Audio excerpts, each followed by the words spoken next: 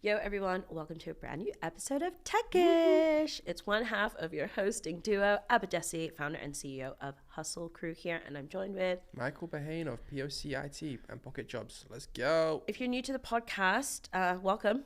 So great to have new listeners. We've really enjoyed all the engagement that we're getting on social media. Mike and I have been friends for a long time. We've been founders for even longer. And this is a weekly slice of the best stories at the intersection of tech and culture. Love it. Where do you want to start? So I want to talk a little bit about U.S. Department of Labor statistics. Woo! Sounds so fun. I know you guys are thinking, wow, this is so sexy. No, but what I want to talk about is how they actually sliced the data for men unemployment along racial lines. Interesting. And found that the highest growth in unemployment came amongst black men. So this is something like 130 basis points growth from December to January. And the reason why I think it's really important is because over the last few episodes, we've been talking about things like layoffs in the tech industry, over 130 companies have done tech layoffs. It's only the 6th week of the year. We talk a lot about how often people of color are represented in that group of people who are being laid off. Disproportionately so, yeah. And one of the analysts that I was reading in the CNBC report on this US Department of Labor data was saying that we need to continue talking about the additional scrutiny and discrimination that black men candidates face in the job market. Right. Because it is just reality. And I was thinking of a recent workshop that my company did where we were challenging some views about professionalism. So some of the managers were saying that they think that it can be professional when someone's CV has a typo in it or isn't formatted correctly. And someone on my team challenged them and said, well, who teaches you how to make a professional resume? And if you don't have access to parents that can do that, mentors who can do that, schools that can do that, how else can you really learn, or who else can check that for you? And building on that, another conversation about virtual interviews, because someone was saying if someone dials in for a virtual interview and they have a blurry background or it's messy, they're going to take that as a strike against the candidate and say you're not well prepared. And again, someone on my team pushed back and said, well, what if you're not in a position to have a quiet space to do an interview? You could be sharing an accommodation, you could be, doing childcare. Also, you might have a job where you can't really sneak out to do an interview. So you might just be hiding, in the stairwell or the bathroom. And if you're really serious about hiring people from all backgrounds with all lived experiences, then you need to expand your sense of professionalism. So I guess my question for you is do you feel that there is a sense of professionalism that expands to all lived experiences yet, or all identities? Or do you feel like the sense of professionalism is still very much shaped through the educated, privileged, white male kind of stereotype? I don't know if it's about professionalism. Sometimes it's even down to your name. There's been study that shows if you've got a certain kind of name, that name is less likely to get you through. If it's a foreign sounding name, if it's a name that's quintessentially a black American name, it's going to be assumed to be quote unquote ghetto, and that name is not going to get passed along. Yeah. It's difficult. I think the black American male is the most imitated, but probably the most despised person on the world, in the sense that the culture is imitated, but in terms of what is the archetype within America of the most feared person, is going to be the black American male. Yeah. In terms of who's seen as the quote unquote criminal, then you expect those people to necessarily have, to be welcomed into the corporate America in a loving way. You wouldn't imagine that. It's depressing, obviously, that the layoffs have disproportionately affected people of color and black people, and I'm not surprised that it's affecting black men in such a large way. Even though this is not necessarily about tech, it's about the economy in general. I don't necessarily have any answers. It's depressing. There is a conversation to be had that I feel that black women are doing amazing things, getting educated, degrees, businesses, even succeeding in the corporate world. In fact, a lot of the coverage that we do on Pocket is around black women, because they are raising money, starting companies, killing it, head of marketing at Netflix, head of this, head of that, and it's amazing. And I do sometimes sit there and wonder, I'm thinking, where are the black men? Why can't we find these stories? Yeah. And it's a complicated problem. You're talking about things like school to prison pipeline. Apologies. You're talking about it's just very complicated. There's also the pet to threat phenomenon that we talk about, where a black woman enters a team, she's a minority in the team, everyone loves her, oh my God, she's so amazing. And then she's too amazing. And suddenly people are trying to bring that person down. And I think unfortunately, because of stereotypes in the media, stereotypes in the news. I was just reading in the UK how like one 16-year-old boy was stopped and searched by Metropolitan Police 18 times in 6 months. Yeah. Or something crazy like this, right? Was that in the Evening Standard the other day? And so I think what we have to recognize is the fact that there are a lot of people who unfortunately do not feel comfortable working intimately, closely with Black men. They don't feel comfortable reporting into 100%. them.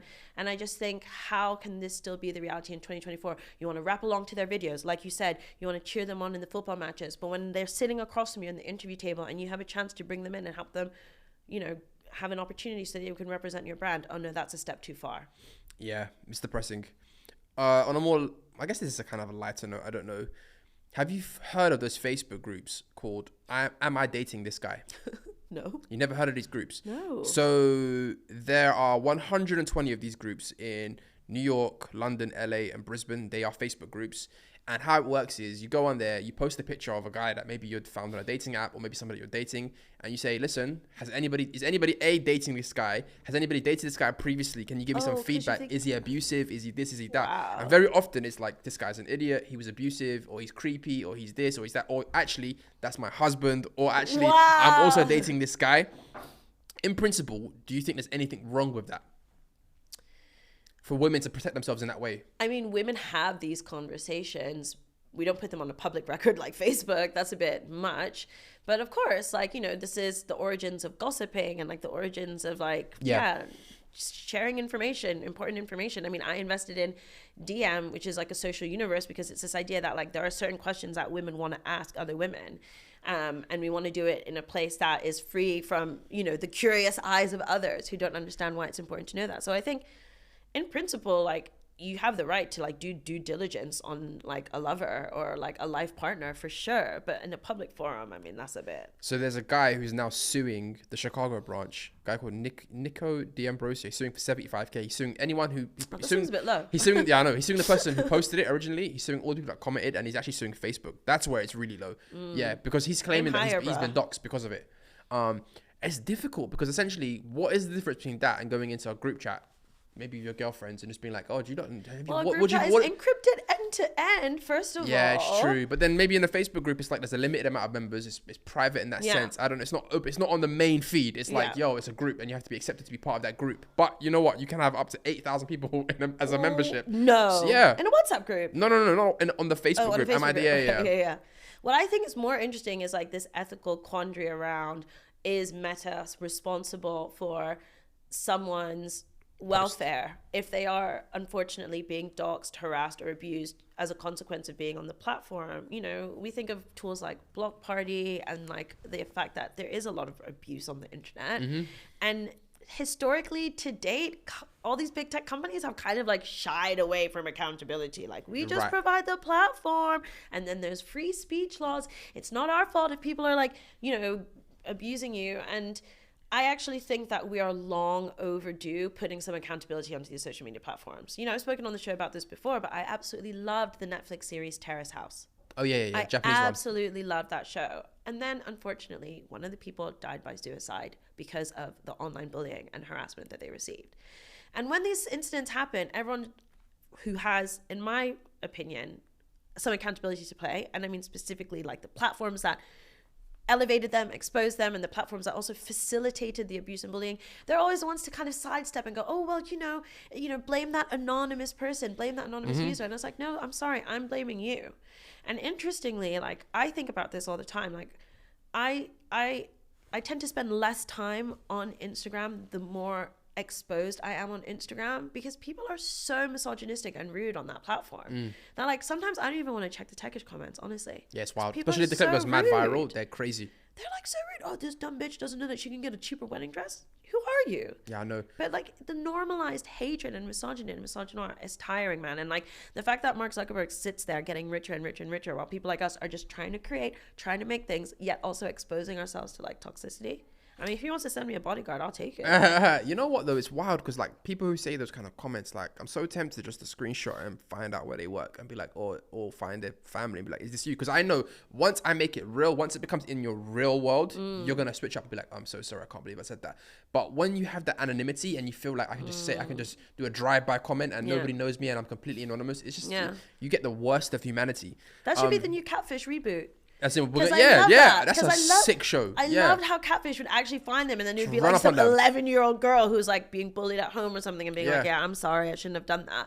But they should do that. They should be like Trollfish. Yeah, or sometimes it's their best friend. That's the wildest part of that show. Where it's like, listen, I was upset you did this. I thought I'd get back at you. But anyway, I digress. Yeah. What you're talking about is basically Section 230, which is a law that was created when the internet first came about, which said that the publishers on the internet are just essentially like the phone providers. They're the pipes. The messages going through are not responsibility. Yeah. So there are people that are trying to repeal that. There's right wing people who are trying to get that repealed, and left wing people, because they're like, actually these platforms should have some responsibility for what goes on there. Mental health credits. Yeah, 100%. And honestly, like in the not too distant future, there are going to be health warnings on social media. Every time you open Instagram, there's going to be like a photo of someone like in a straight jacket being like, this could be you if you don't limit your stuff. Like, because that's what we have with cigarettes, right? Right. It's like they had to be like, look, you guys are getting cancer. You guys are getting lung disease. You're getting all of this kind of stuff. We're going to show you diseased body parts. To me, it's down to Apple, because when I have my headphones on for a long time and I'm listening to loud music, Apple will be like, yo, you've been listening to this much music too loudly. It will give me a warning. Yeah. So why can't Apple say, listen, you've been on social media, you've been mindlessly scrolling for 8 hours.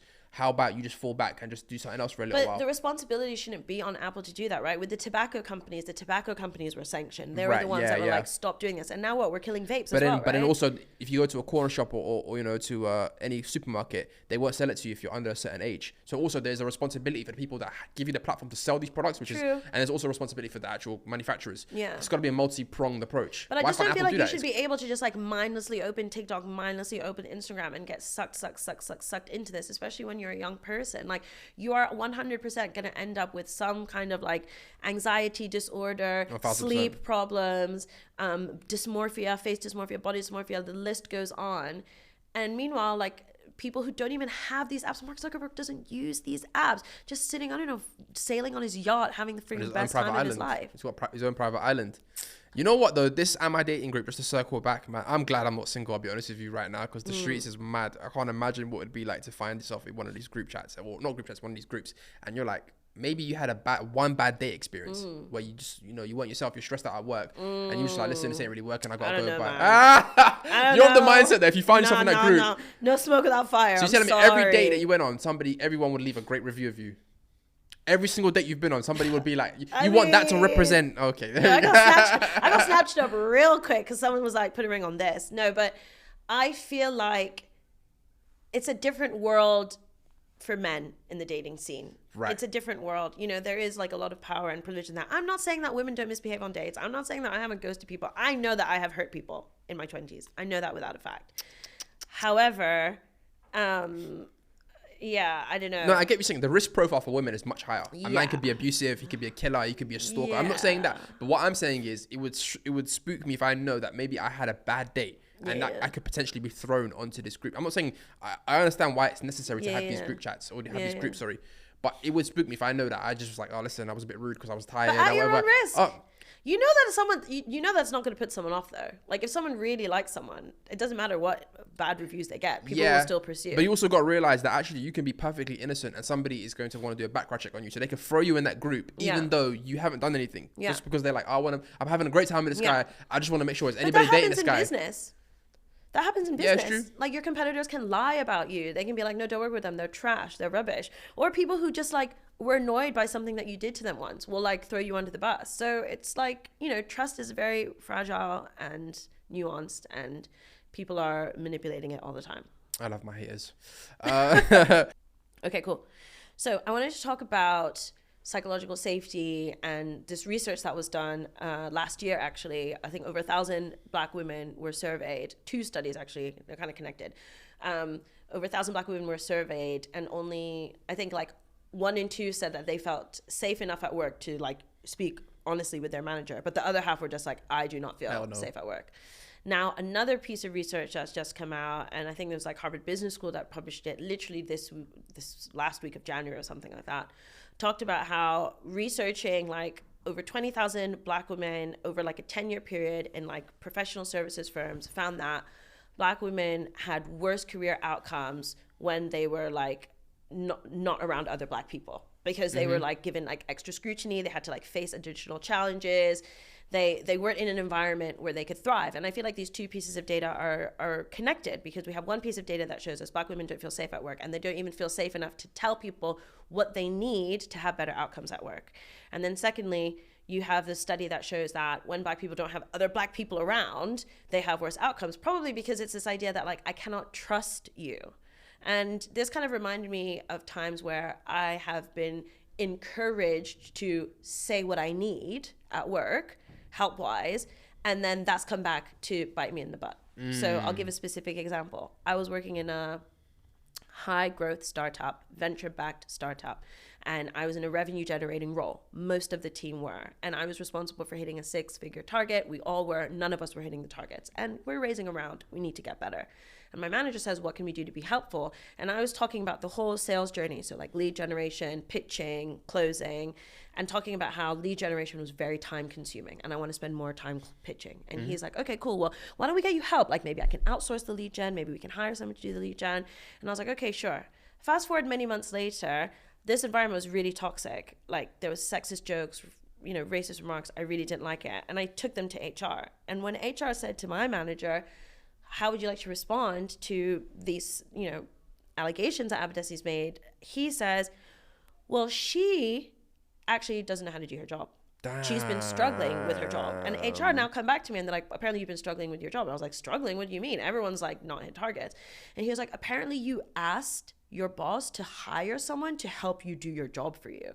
And no one else in the company has asked for that, and no one else has done that. And I was just like, whoa, that whole conversation got completely twisted. It was his suggestion. And so I guess what I'm trying to say is there are a lot of people out there who probably assume, and when I say a lot of people, I mean like people of the dominant groups, white people, men, whatever, who kind of think this team is really safe. People can say whatever they want. People can tell me whenever they need help. No, they can't. Yeah, you can't. No, they can't. What do you advise then? A young Abadesi starting out in their career, is there any hard-fought wisdom that you've earned that you could just pass on and say, actually, don't do this, do that? I don't know. It's really interesting, actually, because like one of the most valuable pieces of advice I actually got from the former CTO of Product Hunt, Andreas, who's now an investor himself. And he was saying how whenever you have a problem, you have to not talk about it like it's a personal problem, but instead talk about it like it's like a systems problem or a process problem or a team problem. So let's say there's someone on your team, you're a young junior woman, and there's someone on your team who is always interrupting you or always stealing your ideas. Instead of being like, oh, Michael keeps interrupting me and Michael keeps stealing my ideas, you have to put it like this, where you kind of say, I know it's really important for us to get ideas from everyone. And I know it's really important for us to make sure like everyone's taking up airtime. But I've noticed that Michael in meetings tends to like be quite interrupting of everyone, and also tends to take up a lot of airtime. And I'm just curious, how do you think that's going to affect our overall productivity? And how do you think that's going to affect our overall innovation? You're still addressing the issue that's personally affecting you, but you're like taking it into the abstract and like tying it in with that. And I do think like it obviously is a finesse and it takes more effort and it takes more work. But when you do that, it means that when that person has to go have the conversation with Michael, it doesn't become, Abba said this about you. Because when that happens, Michael will come for you. Yeah, absolutely. You know, as a general rule of thumb, man, you just can't, it's very difficult to know who to trust in a working environment. And there's very little you can say to people, actually. So I know somebody who confided, you know, with a colleague who was maybe, 10 years their junior. This is two women talking. And she was like, oh, I'm not really happy here. I'm not really, feeling this work environment. Not realizing that this junior colleague was having an affair with her boss. Shut up. Yeah. No. Yeah. Oh. So this is like a 23-year-old, employee having an affair with my friend's boss, who's maybe like 35, who's married. So that person, my friend, had no idea that what they were confiding was going to go was pillow talk straight up. Damn. So even if somebody, and these are two, women from the same background, two black women basically. So you're thinking it's sisterhood. We're gonna skin folk ain't skin folk. And then the younger person came back and told them, listen, I'm sorry, I ended up letting it slip. So now that person is walking into work and actually they're getting kind of pushed out because it's like, we feel like you don't really want to be here. And it's like, so you don't know who to trust. Nobody is really your friend at work. I'm going to Yeah. keep it real. Like, everything is a very Machiavellian chess game, and you've got to navigate your position and Yeah. know that this is like, think of it as this is my business Yeah. where I generate income, Yeah. and treat it with that level of seriousness. It's so true. And like, honestly, like, man, vent about work to people who don't work with you. Absolutely. Just Or a therapist. and I know how important it is to vent about work. I know that is part of managing stress, and I get that. But never say anything at work that you would not say in the public domain, because you just have to assume that people are like sleeping with so and so, or housemates with so and so, or gonna Yeah. get drunk at the pub with so and so, and they're gonna gossip about you. And then also the other thing is, if they say to you, let's get on a call to talk about it, try to keep it on email as much as possible. A lot of times when they're like, Paper let's trail. get on a call, because they do not want a paper trail, especially HR. And I don't even work in corporate, but these are the things that I've seen with my loved ones who have been working in Yeah. the work world. And I've seen, like, actually, they're always trying to get you on a call because they don't want no damn paper trail. Of course not. That's what the Anyways. lawyers train them. Okay, here we go. One last question for you while we're on the topic of work. Who does HR work for? Obviously, they represent the company and the shareholders. They do not represent you. So is HR your friend? If you're an employee, is HR your friend? Of course not. No, absolutely not. HR is a function of the company to make sure that employees are productive and happy. And if your thoughts and desires contradict that, you will be gone. And you know what I mean? You know this better than me. You know, it's an obvious answer. Like, obviously, they're employees of the company. They serve the company. The thing is, there are a lot of people who work in human resources, people team, culture team, because they genuinely love people and they genuinely believe in the power of people. Like most people I know who like choose this path, they're just like, I love business, but I'm more of a people person. Like, I love building relationships. I love learning and development. And what I think is such a tragedy is that you have these people who are just so passionate about, like, they're almost like teachers, you know, people that want to like help individuals like blossom and grow. You have them pick HR degrees and then like go into this career only to find out that like the value of HR in most businesses, especially competitive industries, to your point, is not about developing people, more about protecting the business. Even if they go into it with genuine intentions, they are a cog in the machine with an incentive that is presented to them. Yeah. To me, it's like how probably Obama probably went into the presidency with like, I'm going to change the world. Yes, we can. Then they sit you in a room and they're like, bro, here's all the people that want to kill us. Here's all the people that want to bring. Here's all the people that gave you $1 billion. And if you don't do this, they're going to destroy you and your family and your reputation or whatever. Damn. And then you're like, okay, now I'm in the room. And It's real. slowly but surely, people in HR probably get told like, well, actually, if you want to rise in your career, you need to look after the company. So the company will look after you. And what has, you know, what keeps me up at night, but what kind of depresses me is that when I've had to view the world through that layer of incentives, things become very clear, but also very depressing at the same time. Very depressing. Do you get what I'm saying? Like, even when I'm talking to employees and I'm like, oh, so you get commission for this, but the commission that you get for that is a bit less. So now I can see why this is slacking, or now I can see why, you know, you're not bothered with these leads, but these leads you are bothered with. You know what I mean? And it's like, okay, I get it completely. It's just all about incentives, straight up. Yeah. Oops, sorry, dropped my phone. But it's not depressing once you just acknowledge the world for what it is. But why can't the world be better? Like, We have to strive to make the world better, but the world that we have right now is the world that we have. Work to make it better, but at the same time, don't be, you know, in a fairy tale that the world isn't what it is. It is what it is. But then, like, why can't leaders be more honest about who they are and what they want to do? So, for example, because it's not their incentive to do that. Interesting. Because their incentive is to get the best out of you by pretending that things are hunky-dory and things are amazing. I'm your friend. I'm not your friend. But that is more conducive to get work out of you. Anyways, it's interesting. I was just going to say, one person said to me that, like, we talked about the Coinbase founder at the peak of Black Lives Matter protests and stuff, saying, like, don't talk about this at work. If you want to talk about this, go work somewhere else.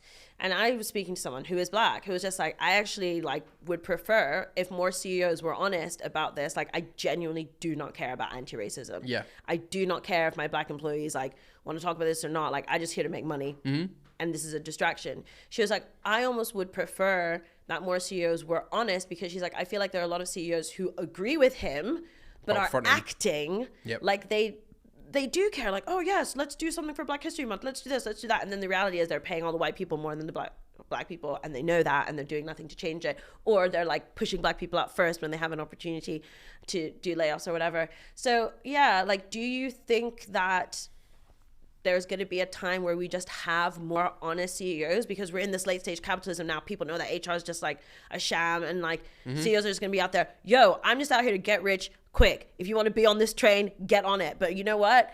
we're going to work to the bone. We're going to grind. No benefits, no this, but we're going to make a lot of money. Like, are we going to go all the way back to like boiler room friggin'? I don't know. I'm caught in two minds because sometimes those CEOs who are pretending end up being forced to allocate capital to certain things. Like, I don't know if the CEO of PayPal genuinely cares about, you know, certain causes, but during Black Lives Matter, he basically allocated hundreds of millions to like invest in black companies. That's real. You talking about Omidyar? No. The CEO of PayPal. Oh, the curse. Yeah. I don't know if he genuinely cares, and I don't know if they fully allocated that capital, but at least some, you know, non-trivial amount of money went to people who wouldn't have got that money otherwise. Yeah. So what your intentions are, I don't care. What are the actions, basically? The impact. But I understand. Obviously, I prefer honesty. I think when that Coinbase situation happened, I was also saying that. I was like, listen, it is what it is. He's being real. Like, he don't give a shit. So would I rather him pretend? I don't know. And it wasn't about him doing anything tangible. It was just about him coming out and saying Black Lives Matter. Those 3 words. Is the CEO of Coinbase uttering those 3 words going to make a material difference in my life? Probably not. I don't know. So one last thing before we wrap up that I found interesting. Career types and personalities. So I'll read a tweet. Go. There was a study where firefighters and MBA students were asked how they'd feel if they bought a new car, showed their friends, and next day the friend buys the same kind of car. The percentage of who reported they'd feel A, upset. Firefighters, only 3% of firefighters would feel upset if their friend bought the same car. MBAs, 47%. The feeling of betrayal, firefighters, 13%. MBAs, 47%. Wow. Is it Betrayal? Yeah, I know, because your friend bought the same car as you. But is it the case that there are certain personality distributions that are more likely to coalesce around certain cutthroat industries? So we've heard it said before that there's more, you know, that a certain percentage of CEOs are psychopaths or sociopaths. They don't have as much empathy for people. That's why they're able to lay off 13,000 people. The person who works as a firefighter is basically somebody who wants to sacrifice their life for others. It's actually a very low paid role and actually is quite a altruistic role. Yeah. So I don't know. I sometimes think about like in the dating market, if I was single, I would really want to know what your role type is, because actually it does say a lot about you as a person. And even me as an entrepreneur, it probably does say a lot about me as a person. Workaholic. I am very workaholic. I'm very individualistic. I'm very much on my own. Fuck it, I'll do it my own. Like, I'm very much avoidant as well. Like, if I'm in when I'm in a relationship and there's any sort of trouble, I'm like, I'm off, man. I'm going for a walk. I'm going on a trip, man. Because my solution always comes from internal. I'm always like, I can fix this. That's why I became an entrepreneur. Yeah. And MBAs are, no shade to my MBAs, but they are people who are very much, they follow the herd. Whatever is hot, they go, because MBAs are very like. That's ironic though, that Why? they follow the herd, but then they're annoyed when like people copy them. Exactly, but they themselves want to follow the herd to where kind of success is, but maybe they don't necessarily want people to come in and clone them. I don't know. It's very. So what is the personality type that this study is implying MBA holders have? I think it's one of probably more negative emotions towards peers who are maybe perceived as competition. Maybe they're more competitive, like status seeking, like competitive. Yeah. It's just interesting. Has anything in your career made you think there's some truth here? There's some personality types. I don't know. Like, I definitely think that like there are, for me, it's less about your personality type and more about your level of self-awareness. Right. Like, honestly, like, I don't care if you're like a murdering psychopath. If you know you're a murdering psychopath and you're just like, yo, by the way, I like to kill people and I'm crazy, I'll be like, cool, well, at least you know, and I'm gonna stay away from you. Yeah. Right? But when you're just like, oh my God, I'm this kind of person, like, I'm so happy-go-lucky and I'm this and I'm that, but actually, like, you're toxic, like, I don't know, self-obsessed and like constantly sniping. Yeah. That's not interesting to me. So I feel that like I'm less interested in people's personality types and more interested in their level of self-awareness.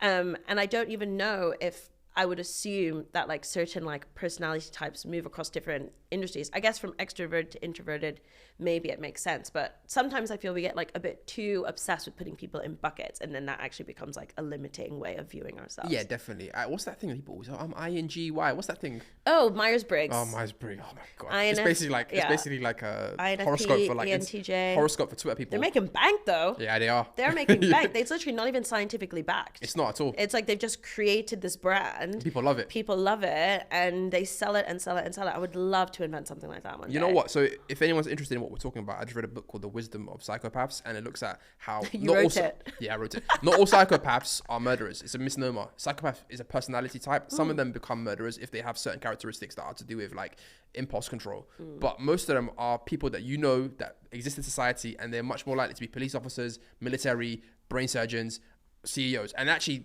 we as a society benefit from that, because if you're a brain surgeon, for example, and you're sitting there cutting someone's brain open and you're like, I have so much empathy for the person. No, you have to actually almost not care about the person and just see it as, I'm going to win and save this person's life, and that's it, because I want to have that scoreboard of I'm the best surgeon. So, and even CEOs are very similar.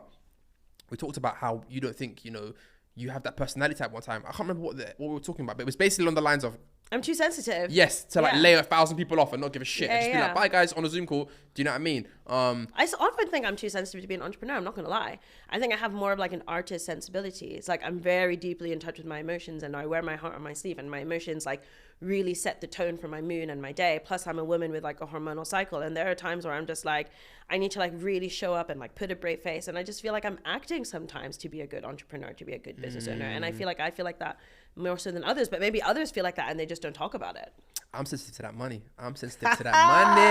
Real sensitive. Send it to me. All right, everyone. That's been this week's Techish. Thank you for listening. Hit us up at @TechishPod on Twitter and on Instagram. Follow us on YouTube if you want to watch us, because we are going to be everywhere. We are going to beat Joe Rogan. I swear to you. I'm joking. Catch us next week. Peace. Bye.